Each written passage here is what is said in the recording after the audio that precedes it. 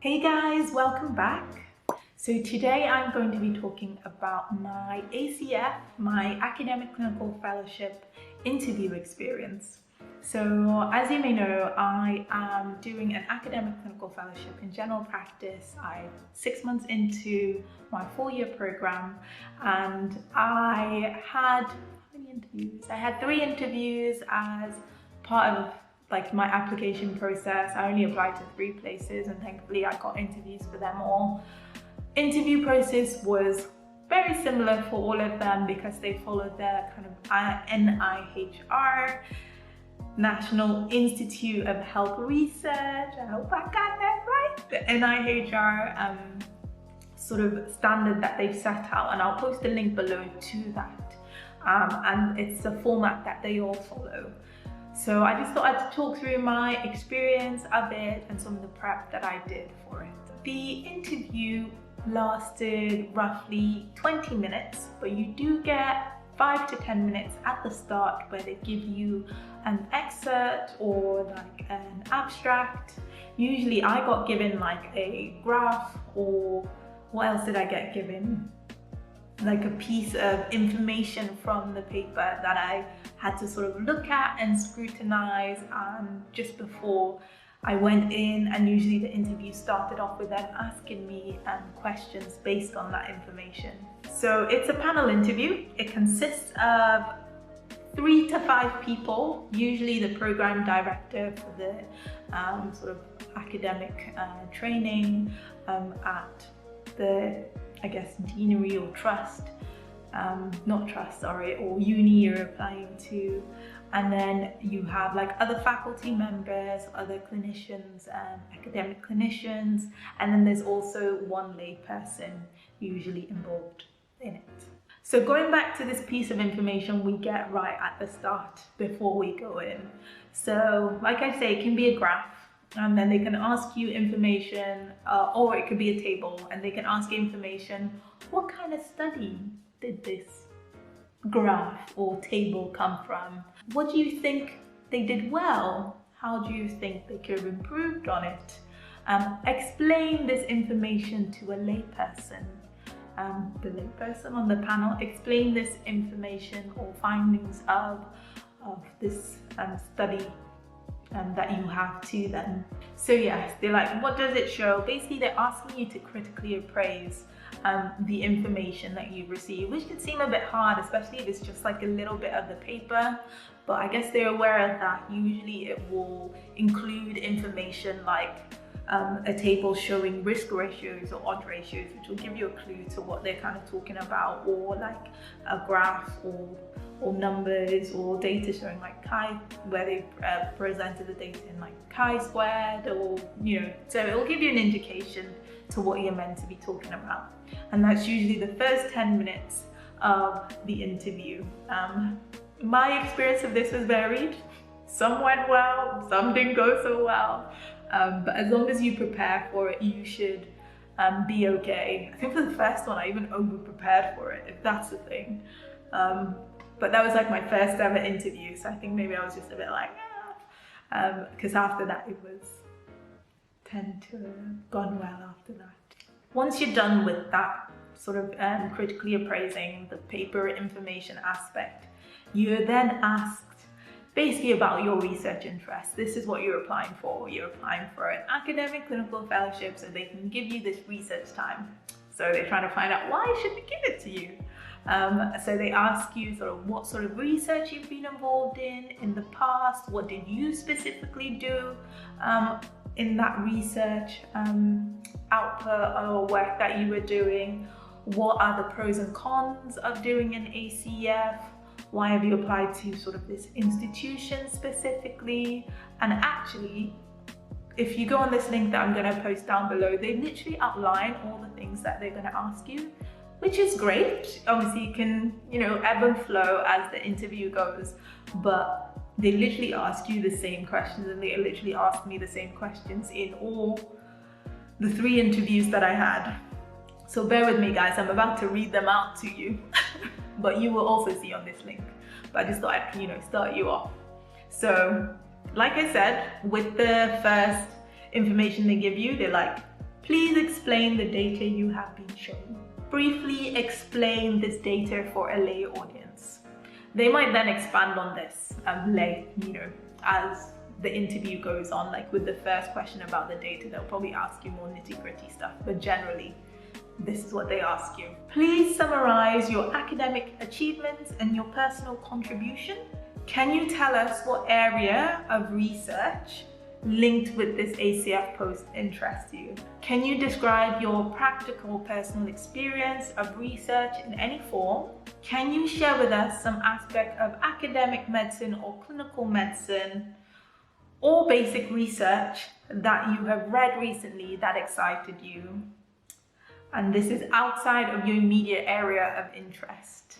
So I actually took some articles from the BMJ for this, because we tend to get, I'm sure you probably still do, we get these journals through every week without fail, although I think you can now ask to get it electronically, #SaveThePlanet. So I basically just went through, looked through some of the papers in there, because I like to read it every now and again. I think I did one about like park run, because I thought I don't want to do something like, some receptor-ish, some proper scientific stuff, because it's an academic job I'm applying for after all. But I was like, I did mine on like park run and about like calories. What was it on? It was about fast food and calories, and where the post put in the calories on the fast food like reduces the amount you eat or something like that, and they did this research across fast food chains in the US. I thought it was a bit interesting, so I talked about that, and it was quite an interesting topic, brought a few laughs on that. One more question. What do you see are the challenges to balancing the clinical and academic roles? This kind of linked to pros and cons of ACF, and give an example of how you've overcome similar career challenges so far. What skills did you need and how did you develop them? So those questions I've just listed out with like my random talking in between are the questions and the format that the interview will take. So they are kind enough to let you know that, which is useful. So if you prepare for those, you should be okay. The only thing you can't prepare for specifically is because you don't know the data that they're going to give you, or the data they're going to give you to look at, but you can prepare in terms of critically appraising papers and just practicing critically appraising papers, reading up on your definitions and things like that. I basically just prepared according to that, and then there were some books which I will link down below about preparing for success and getting into academic medicine, and like just preparing for specialty interviews in general. That was useful. And I thankfully, from those 3, I got 2 offers, and I was put on the reserve list for one. So, and now I'm currently doing the one that I picked, although whichever one I went for would have been great because they offer the same things. It was just different locations. I chose to stay home, which has been great. I think that was sort of my experience of it. Like I say, the first interview I did out of the 3 of them, I felt was a bit like, it wasn't horrible, but I was like, I did much better than the other ones. And funny enough, that's the one I'm doing now, that first interview. I guess reading up on the research you've done so far is quite important, because there's, you've put in your application that you've done this research, and if they ask you about it and you're like, they'll probably be like, did you really do the research? Did you?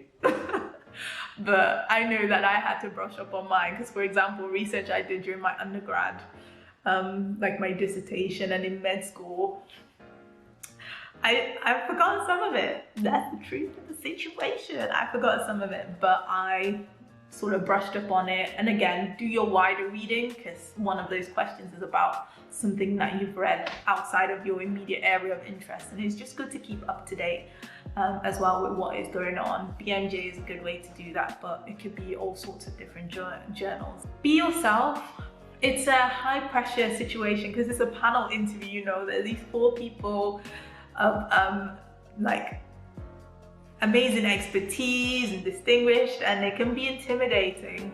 And I think they understand that too. So starting off with, you know, they can understand if you know, fumble a little bit, but it shouldn't last for the whole interview, you know.